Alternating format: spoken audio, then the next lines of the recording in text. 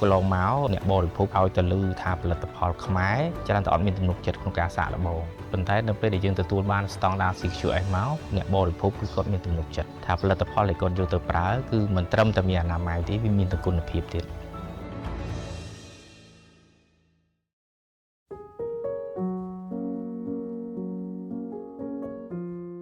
សានិពីរបស់យើងកើតឡើងតាំងពីឆ្នាំ2002ហើយពេលដែលយើងទៅចាប់ផ្ដើមបង្កើតដំបូងគឺយើងជួបបញ្ហាច្រើនមែនទែនមុំរាល់បច្ចេកទេសគឺយើងអត់ដឹងទេតាក់ទងការកែច្នៃអនាម័យក៏យើងអត់បានដឹងដែរគឺយើងធ្លាប់តែធ្វើតាមទម្លាប់ពីដើមមកហើយទាំងផែនការអាជីវកម្មក៏ថ្មីការគ្រប់គ្រងហិរញ្ញវត្ថុក៏ថ្មីដើម្បីអាចបង្កើតសហគ្រាសមួយបានទី1គឺទុន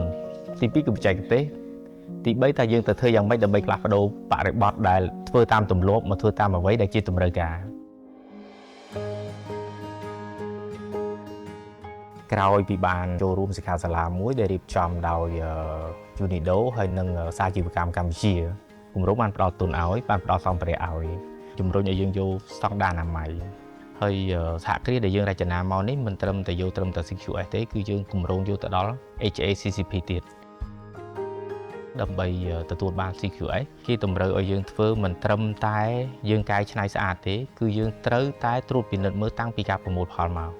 អញ្ចឹងនៅពេលដែលត្រីលើកពីទឹកមកគឺគេមិនឲ្យទុកត្រីនឹងចោលរហូតដល់ត្រីនឹងវាខូចគុណភាពទេធ្វើម៉េចដាក់ទឹកកក class C រយៈពេលយ៉ាងយូរបំផុតតែ2ម៉ោងឬក៏3ម៉ោងធ្វើម៉េចឲ្យមកដល់កន្លែងសិប្បកម្មដើម្បីកែច្នៃទឹកកកក៏គេតាមដានដែរថាគាត់ប្រើទឹកកកដែលប្រើទឹកស្អាតអត់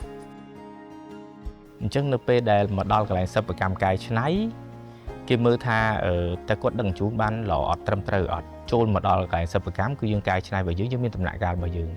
យកពីក្រៅមកយើងលាងទឹកម្សៅបន្ទាប់មកបានយើងយកមកវះពោះត្រីដែលវះពោះរួចគឺយើងលាងសម្អាតម្សៅទៀត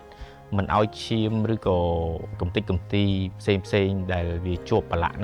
នឹងត្រីហ្នឹងឆ្លងមកកន្លែងដែលយើងវះភ្លឺវាយកសាច់ដើម្បីយកទៅប្រឡាក់ធានាទេហើយបន្ទាប់ពីវះភ្លឺហើយគឺយើងយកវាទៅប្រឡាក់តាមកម្រិតដែលយើងចង់បានកាលពីមុនយើងត្រូវការពេល3ថ្ងៃក្រោយពីប្រឡាក់ហើយបន្ទុំ3ថ្ងៃក្រោយពីបានទុនពីគម្រោងយើងបានបន្ថែមម៉ាស៊ីនថ្មីនេះមក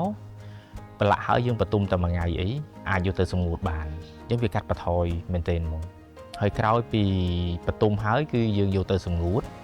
ក្រោយពីសម្ងួតរួចកាលពីមុនគម្រោងយើងអត់មានម៉ាស៊ីនបកករហ័សទេអញ្ចឹងក្រោយពីបានទុនពីគម្រោងយើងបានបន្ថែមឧបករណ៍មួយទៀតគឺឧបករណ៍បកករហ័សកាលពីមុនយើងប្រើពេលរហូតដល់12ម៉ោងបានសាច់ត្រីដែលយើងសម្ងួតហើយនោះកកល្អប៉ុន្តែឥឡូវយើងប្រើពេលត្រឹមតែ6ទៅ8ម៉ោងគឺវាកាត់បន្ថយពេលវេលាហើយវាធ្វើឲ្យបង្កើនគុណភាពសាច់ត្រីដែលយើងយកទៅបរិភោគដែរព្រោះនៅពេលដែលយើងបកកលឿនជាតិទឹកដែលមាននៅក្នុងសាច់ត្រីគឺវាអត់បកកទៅជាគ្រីស្តាល់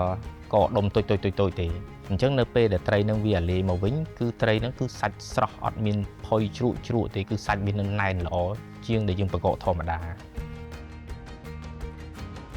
ក្រោយពីបានស្តង់ដារអនាម័យ CQS ហើយអ្នកបរិភោគគឺគាត់មានទំនុកចិត្តចង់គេកំងប៉ុណ្ណាក៏យើងអាចផលិតឲ្យគេបានដែរហើយផលិតក្នុងរូបភាពដែលមានអនាម័យត្រឹមត្រូវច្បាស់លាស់មានប្រព័ន្ធតាមដានមានប្រព័ន្ធគ្រប់គ្រងឲ្យត្រឹមត្រូវទាំងអស់អញ្ចឹងយើងអត់ខ្លាចនឹងទទួលការកំងទេ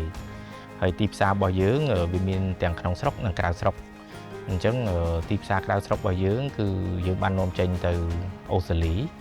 ហើយយើងបានតាក់ទងទៅទីផ្សារបារាំងដើម្បីចូលទៅក្នុងសហគមន៍អឺរ៉ុបហើយយើងក៏បានផ្ញើ sample ខ្លះទៅទីផ្សារអាមេរិកហើយនិងទៅប្រទេសអ៊ីតាលីដូចគ្នា